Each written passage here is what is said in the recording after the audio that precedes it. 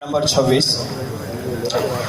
સૌપ્રથમ તો આજની આ તંગ સામાજિક પરિસ્થિતિમાં આપણે આપણા માટે જ સમય નથી કાઢી શકતા, ત્યારે આપણા સૌના માટે આટલો બધો સમય કાઢીને આટલા સુંદર કાર્યક્રમનું આયોજન કરવા બદલ હું સૌ કાર્યકર્તાઓનો ખૂબ ખૂબ આભાર માનું છું. મિત્રો, આપણા બાળપણના બીજ ભણતરની ભૂમિમાં રોપાયા, અનેક વિચારો સાથે રોપાયા. તેમાં સંસ્કૃતિ, સંસ્કાર અને સમજણનું સિંચન થયું. આપણે અથાગ પરિશ્રમ કરીને આ બીજમાં નવા પુષ્પોને પલ્લવિત કરવામાં સફળ થયા. એ પુષ્પોની સુગંધને ચોમેર પ્રસરાવવામાં પણ સફળ થયા. પણ મિત્રો, તમે અને હું સફળતાના કોઈ પણ ઉત્તુંગ શિખરે કેમ ન બેઠા હોય, પણ એકલા છીએ? ના, અધૂરા છીએ. ઘણી બધી વખત એવું સાંભળવા મળે કે ઘણા બધા મિત્રો એમ કહેતા હોય, I am single. No, you are not single, you are incomplete. તમે અધૂરા છો અને પૂરા થવા માટે અહીંયા આવ્યા છો. મિત્રો, જમાનો ભલે ફેસબુક કે વોટ્સઅપ મેસેન્જરનો બની ગયો હોય, સંબંધો ભલે ઓનલાઈન મેટ્રિમોનિયલ સાઇટ પર બનતા હોય, પણ આ સંબંધોને ટકાવી રાખવા અને તેને આગળ ધપાવવા માટે સૌથી મહત્વનો ફાળો તો વડીલો કે સગા સ્નેહી અને મા બાપનો જ હોય છે. જ્યારે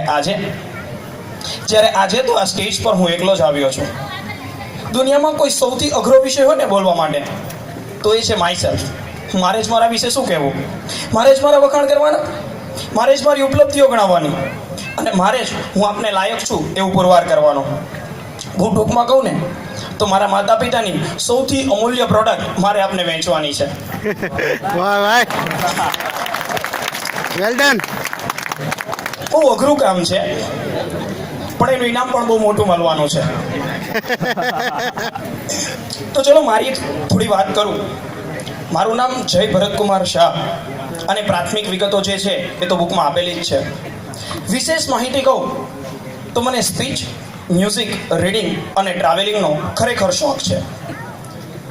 સવિશેષ પરિચય આપું તો આમ તો સ્પીચ પરથી થોડું એવું લાગ્યું હશે કે મને સ્ટેજ એક્ટિવિટી, શાયરી, ગઝલ, લિટરેચર આ બધાનો વધુ શોખ છે.